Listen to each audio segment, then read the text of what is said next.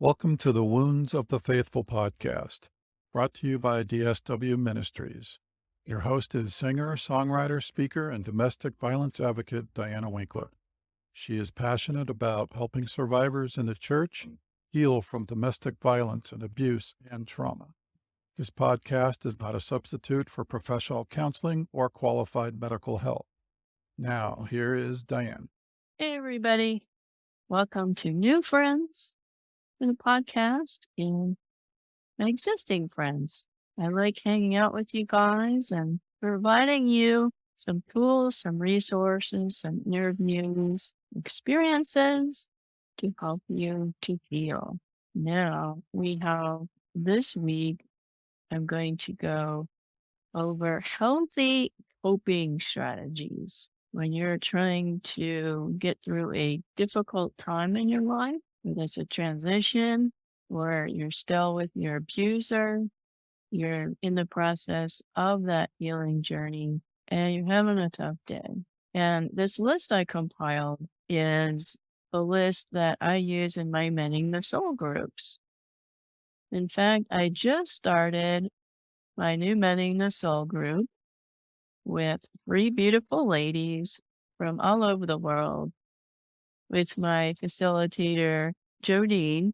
And we're very excited to go through this journey with them and healing. So if you want me to connect you with a facilitator who's starting a group in your area or even on Zoom, because that's what I do, please email me, Diana@dswministries.org, and I will find you a group amongst my facilitator friends. And it is free. The only cost is the books. And if you can't afford the books, we'll find a way to get you some. Okay. So if you want to learn more about Mending the Soul, go to mendingsoul.org and find out about this wonderful organization that I'm a part of. Before we get started, last 2 weeks, I've had a survey for the podcast. If you guys could please fill it out. If you've been a regular listener to the show, help a girl out. It's just 10 questions. The link is in the show notes. It's stuff how to improve the podcast, what you would improve about the podcast. What would you like me to do this year for you? So fill that out for me, please. I appreciate it. I also appreciate you guys praying for my husband, Brian. He had pneumonia after COVID, and it was a rough ride, but he is feeling better. He was doing some light chores around the house, and so he's on the road to recovery. I appreciate those prayers. My new job is going great. We went through some training this week. They had this excellent training on abuse, neglect, and suicide, how to recognize a patient that is being abused, what are the procedures of reporting this abuse, how to get help for the victim. They actually had training, so very grateful for that.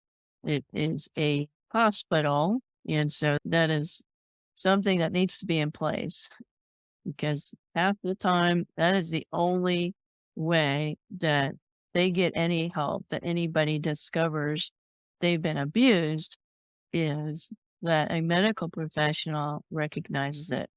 So hats off to them. So anyhow, we're going to get started with our list. Notice none of these things involve shopping, food, alcohol, or drugs. Don't resort to those things to cope because it will not help you in the long run. There's nothing wrong with shopping. There's nothing wrong with eating. There's nothing wrong with having a drink. Some drugs are medically prescribed for something that you need, but we don't want to abuse those things. And that's what happens when we are in a bad place. We try and look for things to soothe our pain, to numb the pain. And so we want to avoid reacting that way. We want to have healthy things to get us through our pain in a difficult time in our life. Now, some of these suggestions in this list may sound trite or simplistic, but please pick something off of the list and give it a chance, okay? These have worked for me many times, and they have worked for the ladies in my groups. There are a lot here. You don't have to do everything. I don't do everything in this list. These are in no particular order. First one I'm going to talk about is music. Music is very powerful. It can evoke a variety of emotions and moods. And as a musician, music has been a huge source of comfort to me in the darkest times. When I didn't want to go to church, didn't want to read the Bible, didn't want to pray, music was there to bridge that gap. And the Lord would speak to me through that music, all kinds of music. Found yourself with music that is positive, that is powerful, joyful, and relaxing. Listening to the music, how does it make you feel? I'm not going to talk about the right music and the wrong music. Pay attention to how the music makes you feel. Does it make you feel anxious? Does it make you feel sad? Does it trigger certain events in your life? I would avoid those kind of songs or music. When you watch a movie, that's a perfect example. They have certain kinds of music for a horror movie. Now, I don't watch horror movies. They don't have happy-go-lucky music in a horror movie. So that's an example of something you probably shouldn't listen to. Don't listen to breakup songs when somebody dumped you. That's not going to help you. Now, most Christians would say, okay, the obvious choice is to listen to Christian music. Yeah, that's a given. But I don't want to negate the value of other types of music. Like instrumental music can be really soothing. And yes, secular music can be uplifting as long as the music is positive. For example, I mean, Kansas and Journey, those are some of my favorite bands. They're not considered Christian bands. Some of their members are Christians, but for the most part, their music is very positive, uplifting, feel good music. So look through your music collection, your Spotify, and make a playlist of positive, uplifting music that you like. Your go-to music on a bad day. It will really help you. Along the same lines, we just mentioned movies, funny movies, right? Laughter is good medicine. If you need a pick me up, watch your favorite comedy movie or favorite comedian. It releases those feel good hormones and really lifts your mood. So, like, I like Jim Gaffigan, and I think he's very funny. And whose line is it anyway? They're just a bunch of crack ups, right? Never fails to make me laugh. I like Mr. Bean and Johnny English. So funny. Make a list of your favorite movies to watch when you're having a bad day or a bad period in your life. The next one I'm going to talk about is something I love. Spend some time in nature. Just spending time in nature has a very soothing, calming effect. But you don't have to go to the forest or hike a mountain to experience nature. If you're in the city, you could visit a beautiful garden. I know most major cities in the world, they have public gardens you can visit. Taking a walk in a park, some beautiful parks. What we do here in Phoenix is we don't really have a huge change of seasons for us to see the snow. We have to go up north. Sometimes a change of scenery like that can really do some great things for your mood and coping with the reality you're going through right now. I recommend whatever you pick, you live, just focus on the sounds and the smells around you and enjoy it. If it's summertime, take your shoes off, feel the ground underneath your feet. That's the technical term for that is grounding, connecting yourself with the earth around you. God created this world for us to enjoy, and being connected physically to the earth That's just appreciating what's around you. That's tuning you in, pushing your problems away just for the time being so you can get those stress hormones down and get those happy hormones up, right? And I didn't mention the beach. Sorry to you beach lovers. I don't enjoy the beach. I'd rather go into a pool or a lake. But if that's something you enjoy, walking along the beach, putting your toes in the sand, enjoy that.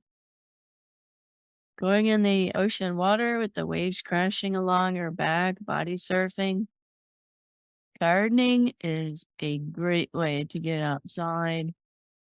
I have a vegetable garden and I'm just getting into planting roses. I have killed every rose bush that I've ever had, but I'm going to try this year since I've learned a lot from gardening vegetables. So wish me luck. But I love being outside, except in the middle of the 110-degree summer. I have to get up very early to get outside and play in the dirt. Even if you want to grow like herbs like parsley or chives or dill, those are very easy to grow. Start there. We're going to the next one on my list, exercise. Now, some of y'all are cringing. It's just participating in some physical activity. That's very important to handle stress, and exercise gets those endorphins and the serotonin levels up. That is my go-to on this list is usually exercise because it clears your head. The key is finding something that you enjoy doing. It doesn't have to be a strenuous workout like CrossFit, okay? It's something simple, taking a 30-minute walk, riding a bicycle with your kids, going swimming, roller skating, playing ball and catch with your kids. Maybe it's a sport that you enjoy. Try a group class. Sometimes it's a lot easier to do exercise when you're doing it with somebody else that is going to hold you accountable. Dancing to music in your living room. You got a twofold benefit there. You got the music and you've got the exercise. You can close the drapes. My choice of exercise is usually martial arts once a week. I got a cheap elliptical off Craigslist. It was maybe $100. And so I can get a little exercise when the weather's bad and not worry about the pain in my feet. I also do stretching on my yoga mat and I have some free weights. Hey, you can get some dumbbells and while you're watching TV, just do some squats with your dumbbells or bicep curls. Be sure to like watch YouTube or something to get the proper form for lifting weights so you don't hurt yourself. And that's an easy way to get some exercise in. It's just getting into the habit of exercise, getting into the habit of moving. Just get started. 15 minutes. And you can increase the time to 5 minutes as you get stronger. So just get started, okay? And the next one on my list is pretty obvious. Call your friends. And I mean, call them on the phone and have a conversation with them, not texting or Facebook. But if that's all you have, that's better than nothing. It's totally different hearing somebody's voice on the phone. Yeah. I remember losing my job the day that happened, and I needed to talk to somebody. Yes, my husband was in the house with me, but first person I told was my mom, and then I told my Bible study leader, Ellie, and it was so soothing to have them on the phone and I can hear their voice. And it was so comforting to be able to talk to somebody and get that out. And maybe you're saying, "Oh, I don't have any friends. I don't have anybody to talk to." I know you're probably not gonna like my answer. You need to make some friends, show yourself friendly. And I know it's hard to trust people and spill your guts. But there are a lot of Facebook groups out there that are for people just like you that have gone through abuse and trauma, and you can make friends with them, exchange phone numbers. I tell this to my Venting the Soul group, call the other people in your group. You guys know what you're all going through and be a support to each other. You are all invited to contact me if you need somebody to talk to. I'm not going to charge you any money. This isn't being sales pitch, but if you want, we can do a Zoom or talk on the phone if you don't have any friends that you can call. But usually, most of you probably have somebody that you can chat with. Somebody safe. Pick somebody safe that you can trust. Don't just pick anybody. Well, let's move on to the next one. Get some pampering. And we're the last people to take care of ourselves, especially if you're a woman. Your tendency is to take care of everybody else's needs instead of giving yourself some kind of care, some kind of self care. That is taking a bubble bath, getting a massage, a new hairstyle, a manicure, a pedicure. Groupon has some great coupons. You need to take care of yourself. You are worth it. You do deserve it. And you're probably telling me, well, I have kids or I don't have money to pay for any of those things. Here's what I suggest. Finding those friends, finding those other mothers, do this for each other. Maybe your friend will babysit your kids while you go and get a massage. You can have each other over, give each other manicures and pedicures, doing each other's makeup. That's fun. Just sitting and having a cup of tea, give somebody a shoulder rub or a basic back rub, if you're comfortable with that sort of thing. You don't have to be a professional masseuse to do that. Or did you do somebody's hair? Hey, let's do each other's hair, just like slumber parties. One thing that's fun is those painting and snack. We painted our portrait of our dogs. And I have some basic painting skills, but I'm not a painter. But that was so much fun to create something like that off of a picture of our pet. And we had snacks and we laughed and giggled and we had fun. So get something that would pamper you. Find somebody to watch your kids. Take turns so you guys can take care of your physical needs. And that transitions into taking a nap. It sounds so selfish, doesn't it? But it's not. I am very much a type A personality and I have a very tight, crazy schedule. And I have learned the hard way, especially after I had COVID. I have to give myself permission to take a nap when I need it. I'm sitting there on the couch at 7 o'clock at night and I'm dozing off on the couch. And the old me would say, no, I have to wake up and have all this stuff to do. And your body's trying to tell you something you need a nap. Whether it's 15 minutes or an hour, whatever, just take the nap. Your body requires a certain amount of sleep. For most of us, we need 8 hours of sleep. If you're like me, if you don't get that full night's sleep, then I'm cranky. I can't think clearly when I'm tired. So just lay down for a few minutes. For me, it means doing this during my lunch break. For me, it means doing this during my lunch. It might mean going into your car for some peace and quiet. The only quiet place is in their car. Go sit in the car and rest. The next thing on my list is do a news and social media fast. This sounds pretty radical because our society revolves around this stuff.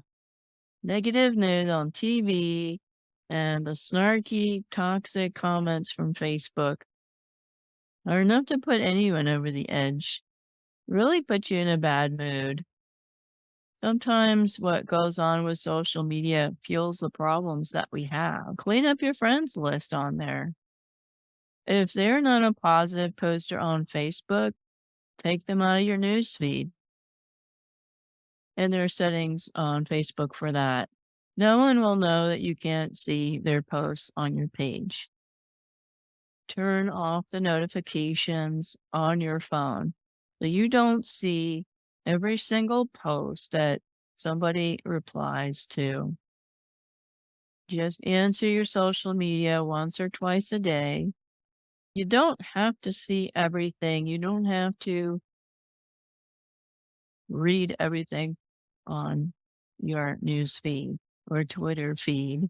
Twitter, I think, is just as bad as Facebook, if not worse.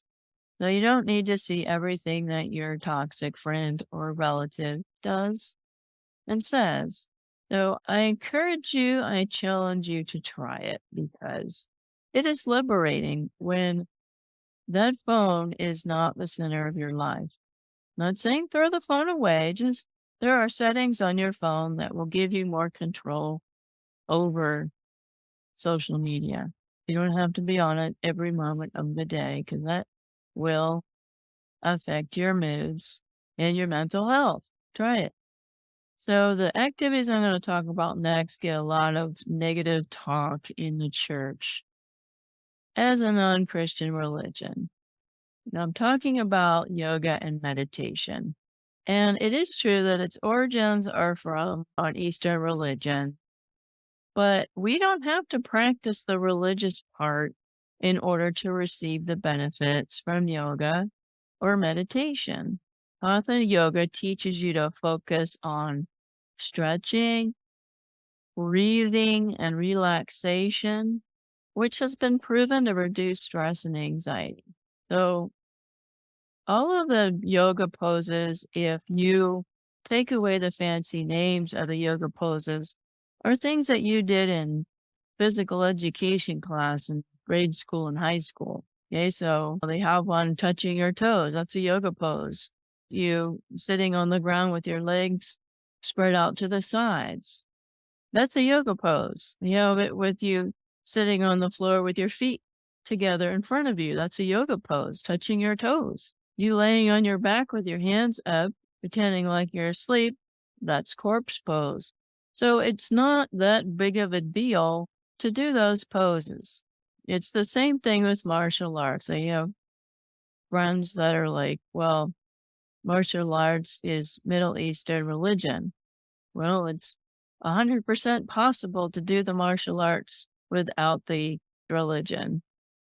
I can testify to that. Now, my instructors, most of them were Christians, so that really helps. The front punch or a front kick has nothing to do with any religion. Now, meditation, you have to be careful because you want to meditate on the Word of God. I'm going to suggest that. If you try any meditation, they tell you to meditate and focus on different body parts, focus on being present in the moment, focus on your breathing. There's nothing wrong with that. That really calms your nervous system down to do that. Get rid of all the junk outside of the room and focus on your breathing, focus on how does your body feel, your heartbeat, and you can also meditate on your favorite scriptures like Psalms or Proverbs or Philippians or something that you want to focus on for the day. So try a beginner class if you're not familiar with it. There are modifications to some of the challenging postures. So anyone can do it. You can look on YouTube for free videos, the public library, borrow a DVD from a friend. I've used Lilia Spolan videos from public television for years. I absolutely loved her. I don't know if she's still around, but she was very calming in her voice and she did very simple yoga poses and she encouraged you to listen to your body and don't push too hard. Tai Chi is something else that's really popular. You'll see people doing the Tai Chi in the park and very flowing, graceful moves. They're usually in public parks or recreational centers. And they focus on the breath, kind of like yoga does. You inhale on this move and you exhale on the other move. And it does look easy and it looks like, okay, this is for grandmas. I've done Tai Chi, very basic Tai Chi, but it's very low impact, easy on the joints, join a group or get a DVD or streaming at home. I've done David Carradine from Kung Fu. He had a DVD that he used to do Tai Chi routines, and by the time I was done, I felt really good, and surprisingly, my heart rate was up a little bit because it is considered exercise, but I felt very relaxed, and so give that a try if that seems interesting to you. Animals are huge. I am such an animal lover that I had wished that I had gone to school for veterinary medicine instead of pharmacy. But I do love animals, and there are ways that I can be around without going back to school. You can, of course, adopt a furry friend at your local shelter, or just pet a dog or cat. That is so soothing, and they just offer unconditional love that animals are healers. We have the neighborhood cat, and she's very attached to us. We feed her on the porch and we pet her, and she purrs, and it's really nice. We're sitting out there and get some fresh air and get some kitty love. And for now, that's what we have is our white Siamese. But if you can't have a dog or a cat or another animal, go and volunteer. Babysit your friends' dogs for the weekend if they're going out of town. It's a known fact that being around a pet lowers your blood pressure and does evoke those positive hormones, gets the endorphins going. You just feel better being around pets. Now, I understand it takes a lot of work to take care of an animal. If you can't legitimately take care of an animal, don't adopt an animal. You don't have money to buy the animal food and provide medical care for the animal and spend time with it, exercise and give it affection. Not really fair to the dog or the cat or the hamster or whatever. Right after my dog died, I started going and just sitting at the dog park. They probably thought I was from Mars. I'd go to the local dog park and just sit on the bench and I would just watch the dogs play, and I would talk to some of the owners. I just needed to be around animals right now. And they're like, "Yeah, I understand that."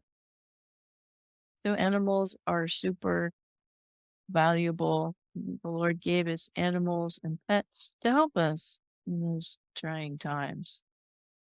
Could be any kind of animal. I love turtles, man. There were turtles in the lake by my work.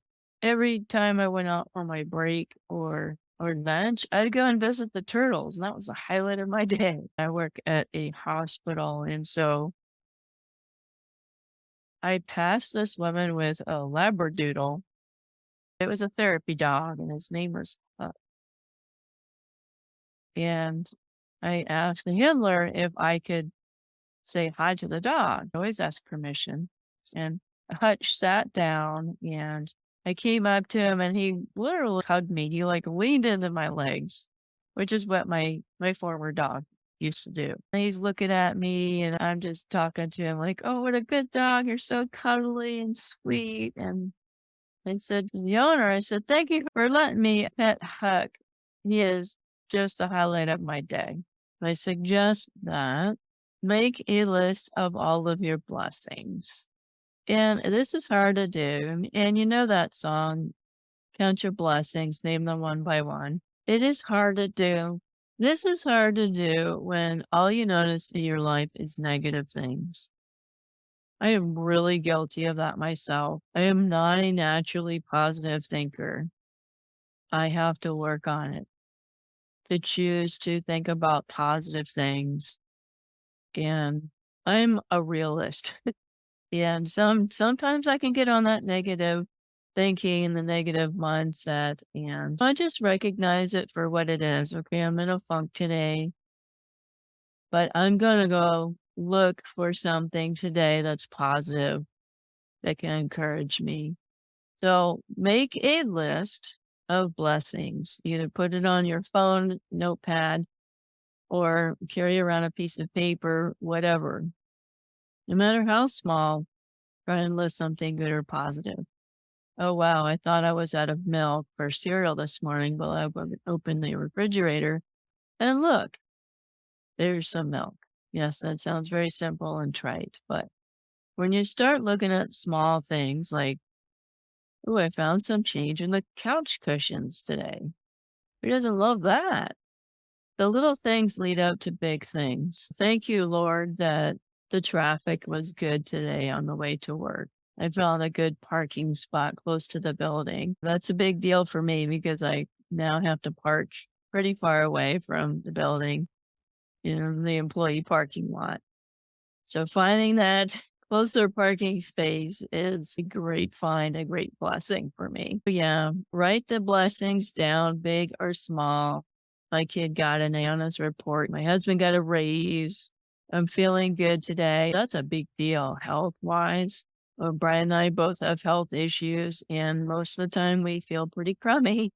But there are definitely days when, oh, I feel pretty good today. I think I'll be able to do some things around the house, and I'm gonna write that down.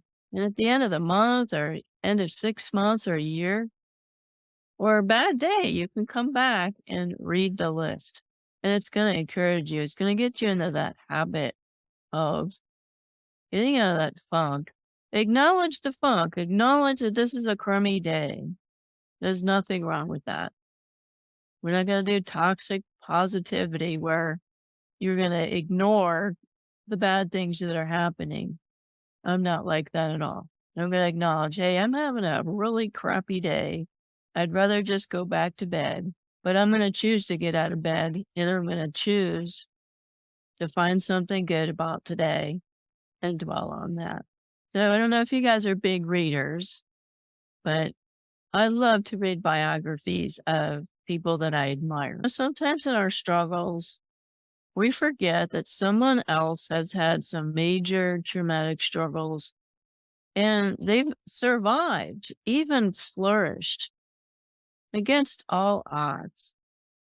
And when you read those stories, they really inspire that, hey, yeah, I've got some really bad things going on in my life. But if I persevere and I just keep moving forward, then, something good's going to come out of this. My favorite people I like to read about the biographies on my shelf are Harriet Tubman, William Wilberforce. Now, if you don't know who he is, he ended the slave trade in the UK. Now, Fred Rogers, we know who Mr. Rogers is, right? John Merrick, if you don't know him, he's also known as the Elephant Man.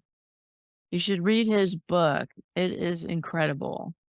Wonderful man. Keith Green, he was a singer and a preacher back in the 70s and 80s, died in a plane crash, but he had a huge influence on me in my Christian walk. I loved reading about Mother Teresa, Abe Lincoln, Jonathan Livingston. He was a missionary, suffered greatly, but he really was the first evangelist in China for 40 years. And his ideas on mission organization were also very important in the church. And I've read his book, Jeremiah Judson. I believe he was a missionary to Burma. And this was before Christianity came to those countries. They were one of the first people. Anyway, I'm sure there are people that you admire that you'd like to learn more about, maybe have been victorious and they have a successful life, but you know that they've had some trials growing up. Go and read their biography. Find somebody. And then you'll start seeing your problems as either I need to be thankful for what I have, be thankful for where I live or my home, or that inspires me to keep going. Or if they can do it, I can do it. They love stories here. That's why I have interviews on the podcast so you can hear other people's stories, somebody you can relate to. So this week, pick somebody. If you don't like to read, you're not a reader, watch a documentary on the TV, Channel 8 or Netflix or Hulu. They got a ton of documentaries on people's lives. So that's one thing I recommend. Next one is journal your feelings. We do lots of journaling and mending the soul, lots of drawing. Of course, have a safe place to store the journal, either electronic or physical, kind of a journal or diary. You want to make sure that nobody else is reading it if you're putting private things in there. But it's very powerful to get that stuff out, or maybe look back on where you've been the last few years. Go back and see, oh, look how far I've come. Oh, but journaling is just writing down what happened to you today, how you're feeling, what your goals are, anything you want. I like paper and I like writing utensils. I'm not really big on being on a computer. I have to do it for work and for like stuff like the podcast, but I enjoy physically writing something. It's very therapeutic. I like the paper of a book. I do have a couple thousand ebooks, but the ones that I actually read are my paper books because it's in my hands. It's on the shelf. I can see it. I can put a bookmark in it. I can put it on my nightstand and I'll see it. That's just my thing. You probably like ebooks, but anyway, get a journal, electronic journal, a paper journal, book journal. Pick something fun that you're going to do. Start journaling every day before bed or when you get up in the morning before the noise starts. Write some thoughts in your journal. I want to talk about doing something creative. We kind of already started talking about this a little bit, and you say, I'm not creative. I bet if we sat down and talked that I could find something that you're very creative at. It's not always painting or drawing or music. There are so many things that you can be creative at. Some people are very creative with solutions. You are fixing a puzzle.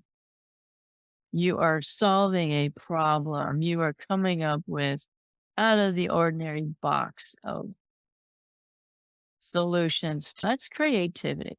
You've got poetry, you have drawing, you have painting, woodworking. My husband loves to do woodworking. Hasn't been feeling well enough to do that, but sewing, I love to sew. Quilting, I've done a few quilts. That's fun. If you can stitch a straight line at a 1/4 inch seam, you can do a quilt. And they have some really cool fabrics that you wouldn't believe that you could make any kind of quilt you want. I've already mentioned gardening. Get a pot with some potting soil and grow a flower. Grow some herbs, a cactus, something. Now, visualization is a tool that I'd like to talk about. I use this technique when I get those racing, crazy thoughts in the middle of the night. It's usually 3 o'clock in the morning. I wake up and it's like the darkness is closing in on me, or all those negative thoughts that I pushed down during the day, they're coming back up. And it's really hard to go back to sleep. And what I've learned is one of the tools in my toolbox is I have to replace the negative, the fearful with something joyful and happy and positive. So what I do with the visualization is go to a place that I enjoy. It could be a real place that you've been to or a place you'd like to go. I'm sure you've seen TV shows or travel places that you would like to go. It can even be a fictional place, like a cartoon or a children's movie. The point is that the place evokes happy, joyful thoughts, the place where you want to be. So to do the visual, get some drink here. So to do the visualization, you're going to close your eyes and observe around you the place where you are. What is the weather like? What does it smell like? What kind of sounds do you hear? Look down. What are you wearing? on the ground. What does it feel like? If you are eating something, what does it taste like? This is a very calming exercise and will lower your anxiety and your heart rate. Don't forget to breathe. So let's say, for example, my place is Giverny, France. That's Claude Monet's house, where all of his gardens are. If you've seen the lake with the lily pads and the green bridge going over the lake, that is Giverny. And I've been there twice. It's like heaven on earth. I have some pictures. Actually, that intro on my YouTube channel, those pictures are from Claude Monet's yard. And both times that I've been there, I am in so much joy. I am so happy to be there. I'm surrounded by beauty. When I do my visualization, the weather is cool, the sun is shining, and the air is crisp. A clear day. It smells like flowers. Smells like chickens roaming the property. I hear birds chirping. I hear people walking around admiring the grounds. I hear chickens making clucking sounds. Some places I'm walking on soft grass. Other places I'm walking on mulch or gravel, making a crunching sound. And I'm eating something at the cafe. I'm having a warm bowl of soup. It's chicken soup. And I have a French roll sitting next to me. And the soup is warming my body, my insides. And it tastes great because everything in France tastes amazing. What are my favorite things to do? I like to walk the shops with my husband, holding his hand. We sit down on the park bench and we admire the flowers, the butterflies, the bees, and we take a sniff of some of the roses and smell their strong scent. And there's this one shop that I love to visit that has a bubble machine. And I love to stand under the bubble machine and pop the bubbles. On our way out of Claude Monet's place. So I know that was probably very detailed. I hope to visit it again soon. I want you to come up with a favorite place and go through those questions and visualize with your eyes closed. And you will be surprised that your body, and this is what they tell me, your body can't tell the difference, whether you're there or you're visualizing it. Your nervous system will calm down. So I don't want you to think that I put the Bible reading and prayer last on the list, but sometimes we don't honestly feel like praying or reading our Bibles. I acknowledge that. We need sometimes some other steps to get back to spiritual things again. The Psalms is a good stepping stone. You don't know what to read in the Bible and you're having a really hard time in your life. David went through a lot of trials, depression. People were trying to kill him. He had a really difficult life. He was a shepherd boy. That's tough. He fought a giant. He was crowned king when he was very young. Made some really bad choices, committed some sins. Anyway, he wrote most of the Psalms. There are some other authors in there, but David is very transparent and honest about his feelings. I think that most of us will be able to relate to his lamenting and questioning God in hard times, some really dark times. And some of the Psalms can even be your prayers if you want. That's very biblical. And I'm not going to suggest any because I want you to go in there and find them yourself. Discover those nuggets yourself. And you don't have to spend hours in the Bible at first, maybe just 5 minutes. I love reading the Bible. Now, praying is difficult for me. I'm not what you would call a prayer warrior. I have to really put some effort into the praying. Bible study I love to do. I love reading the Bible. It's exciting to me, but I don't always have the time to do a lot of Bible reading. And so read one page or I'll read one chapter. So start there, okay? Start there. Prayer is just talking to God. They don't have to be big, lofty prayers. You can use a prayer book. I know some denominations like Presbyterian, Methodist, Catholic, they have prayer books. So yeah, I mentioned the Psalms. You can use a prayer book. You can write a prayer list down, pray for somebody else. Or sometimes it's just sitting there. There's a verse in the Bible. I have to look up the actual verse, but it talks about the Holy Spirit intercedes for us when we don't know what to pray.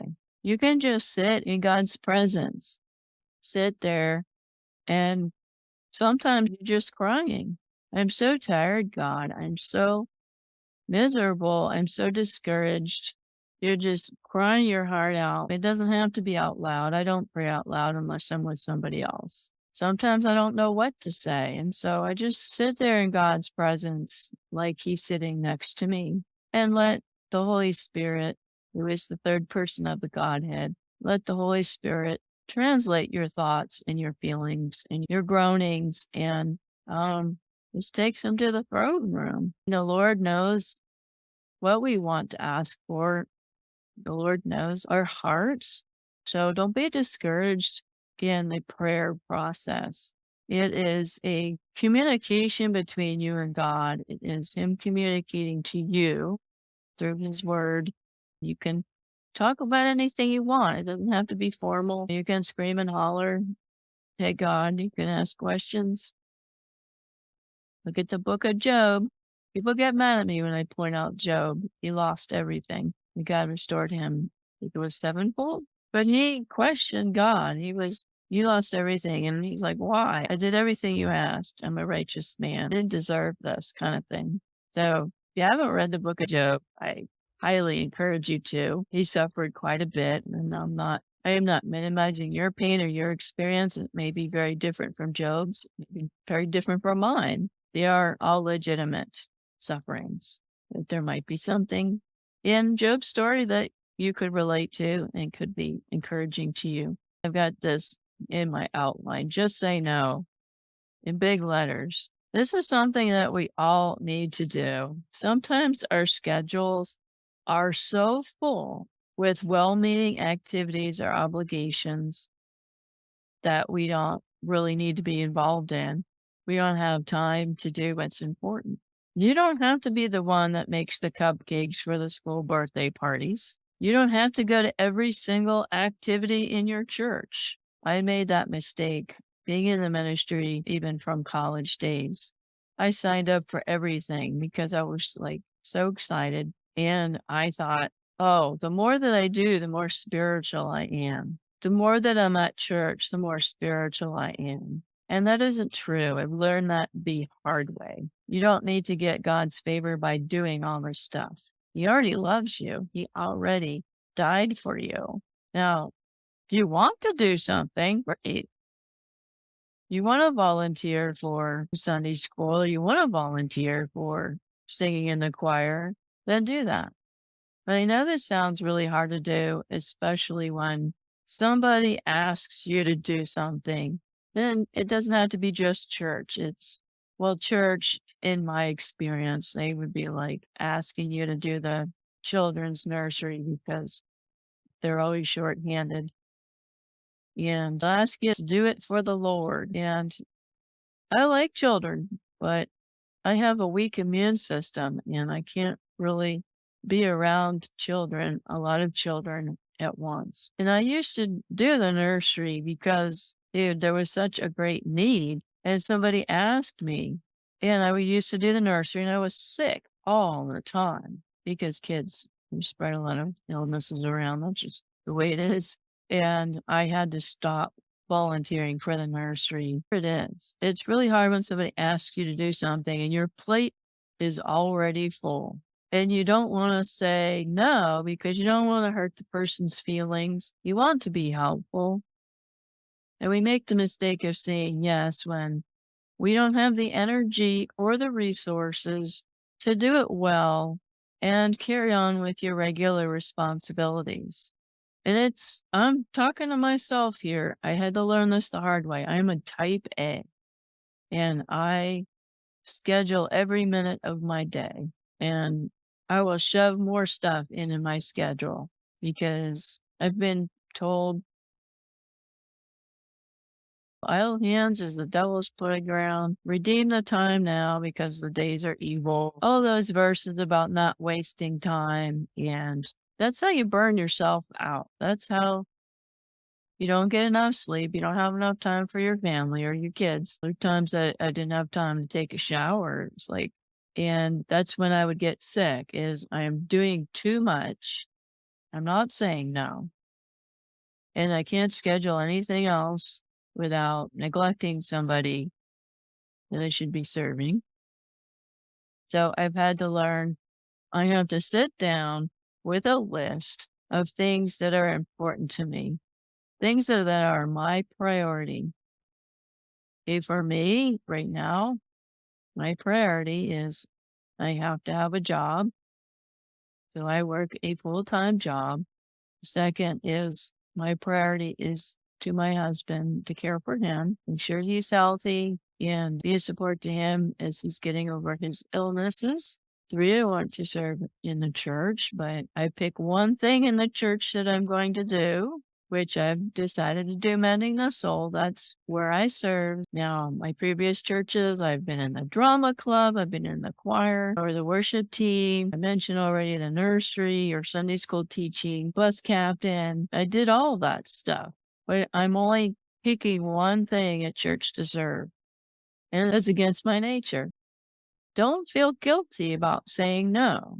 Don't feel bad. Say, I have priorities that I have to keep. My other priorities is my Bible reading and prayer.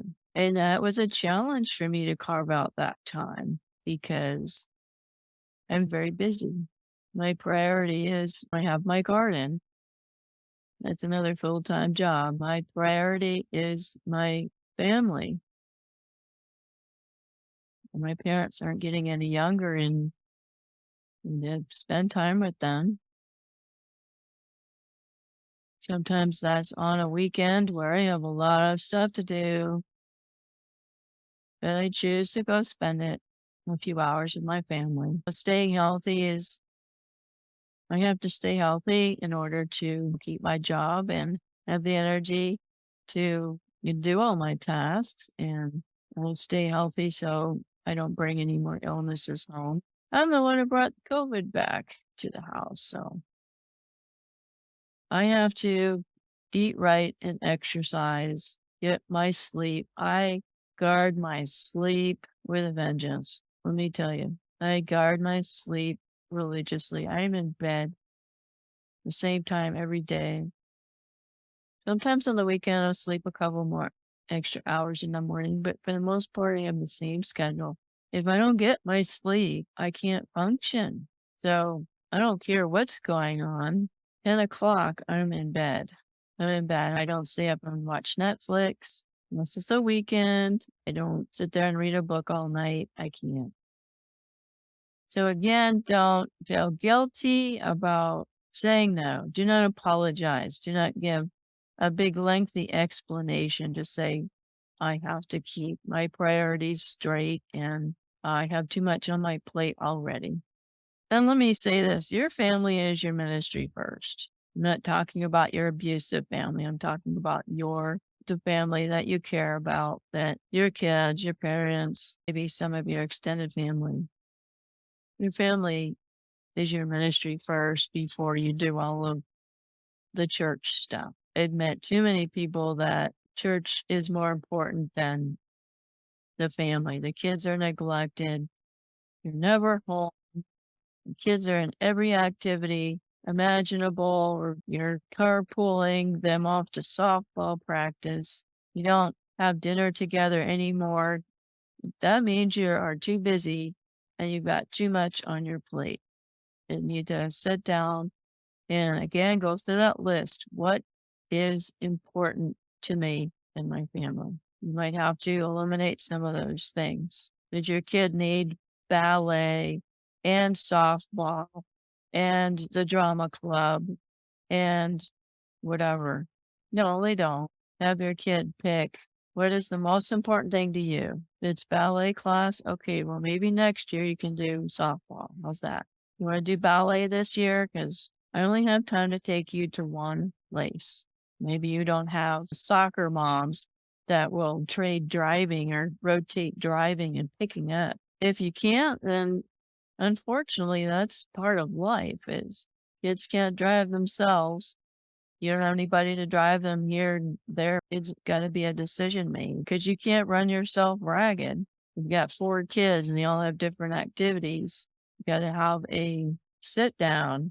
Okay, there's only one of me. There's only you and your spouse, and you have to work together to come up with a schedule that you can reasonably meet. Your family can't get their needs met if you're so burned out and frazzled by too many things in the schedule. So that's all I'm going to say about that. Oh, I wanted to mention, let me get the scriptures up here. I wanted to mention a Bible verse that I came upon. I was reading it in my devotional this week. In fact, it was this past week. And then it came up again in today's sermon. I'm recording this on Sunday. And Pastor Kyle talked about this same verse in Luke chapter 5.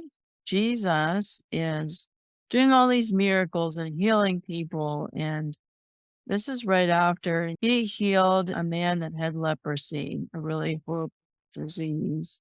And so even Jesus had to make priorities, even though he was just thronged, surrounded by all these people that needed to be healed. And they were hungry and they needed to hear the gospel. And the reality is, he didn't heal everybody. He didn't feed everybody. And not everybody heard the gospel because he was in his human state. He was limited by what his body could do. So this really jumped out at me. This is verse 15. But now, even more, the report about him went abroad, and great crowds gathered to hear him, to be healed of their infirmities. Verse 16. But he would withdraw to desolate places and pray. That blows me away. He made the decision to break away from those crowds and go off to a place by himself to get some peace and quiet, to pray, to strengthen himself for the task that he had to do. He said, no, I can't heal any more people today. No, I'm done preaching for today. I'm going to go off to a place by myself and pray and speak to my Father. So let that be a lesson, something for you to grasp, something for you to cling to this week. It's okay to say no. It's okay to withdraw and rest. Withdraw to get your head cleared, to pray, to do some of the things on this list that we talked about.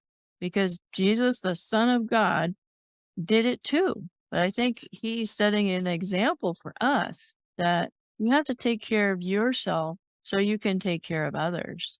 And I'm talking about the moms again. Well, I can't even go to the bathroom without my kids banging on the door. I get it. All of my friends with kids tell me the same thing. I don't have time to take a shower. I don't get enough sleep because of the kids waking me up at 5 o'clock in the morning, or a kid is sick in the middle of the night. Yes, there's got to be some boundaries there put up in place for some of those things, but the kids aren't going to be little forever. And when they're young, I know some of them take naps. My friends who have children, their time for themselves to withdraw is when the kids are taking a nap. The older kids, okay, it's your time out too. I don't care what you do. You're going to lay in your room. You can read a book, or you can listen to music on your headphones, or you can take a nap, but it's quiet time. But sometimes it's hard to enforce. I know that. I know that. It's from the time I get up till the time I go to sleep, it's noisy.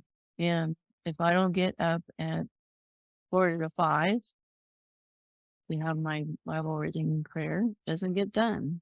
Anyway, I hope that verse encourages you. So you have permission to do it. Give yourself permission. So we're talking about healthy coping strategies.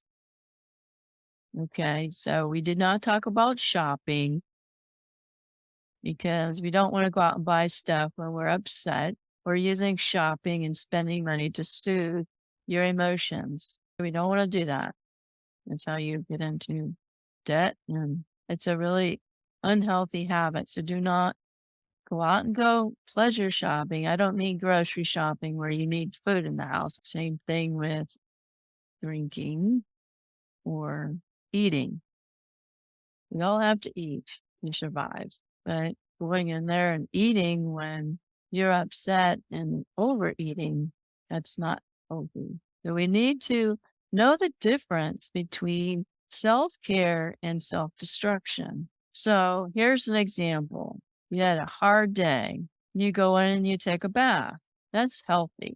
Going in the freezer and eating a whole tub of ice cream is unhealthy. Okay? This is different than I'm going to have a scoop of ice cream for dessert after my healthy dinner. Yes, I know Oreos are delicious. I have discovered gluten-free Oreos, but instead of eating a whole bag, I will have 2 Oreo cookies. So that takes a little discipline. And if you have an eating disorder, please get some help for that. That's no joke. And we don't want to minimize that it's a medical condition you need some help for. I'm just letting you know that's not a healthy way to live. So here's another example. We mentioned alcohol. Having a glass of wine to toast a wedding or New Year's, that's healthy. Now, I don't drink. That's my choice. My husband, he will have a glass of wine when we go overseas or we are at a New Year's party, but he does not drink every day. Drinking alcohol as a result of an upsetting event or trauma is unhealthy. So if we would drink a whole bottle of wine or vodka or scotch, whatever, fill in the blank, obviously that is unhealthy. But if you have a problem with alcohol, again, get some help. There's lots of resources out there that can help you if you have a problem with using alcohol to numb your pain. Let's do one more. So sitting quietly by yourself, feeding the ducks by a pond, or out in nature, that's healthy. You get some time to yourself, you're with nature, you love animals. That's a healthy activity. You can think about some things. Locking yourself in your room and shutting the world out for days at a time, isolating yourself, that is unhealthy. We are meant to heal in community, not in isolation. You start thinking weird stuff when you're isolated. So we talked about calling a friend. That's really important. Call somebody if you're upset. So I hope that this list is helpful for you. Again, pick one thing on this list. I know you're not going to be able to do everything on this list. I know that some of you are still with your abusers. Some of you are going through some really hard trials and need some encouragement right now. These are some survival tools. These are some coping mechanisms that are healthy for you. Pick one and try it out. I told you some of my favorite things that I like to do on my bad days. Tell me on social media if this has been helpful for you. Which one of these have you tried? And you don't have to write all these things down. If you don't know, every one of my podcast episodes has the transcript. So you can review the transcript. Everything will be very organized in a list. You can print it out, put it on your fridge, whatever. So worked really hard to come up with this list, and I know that it will help you to get through your day. So I'm going to say goodbye until next week. Don't forget to do the survey. So have a good week. God bless you. We'll see you next week. Thank you for listening to the Wounds of the Faithful podcast. If this episode has been helpful to you, please hit the subscribe button and tell a friend. You can connect with us at dswministries.org, where you'll find our blog along with our Facebook, Twitter, and our YouTube channel links. Hope to see you next week.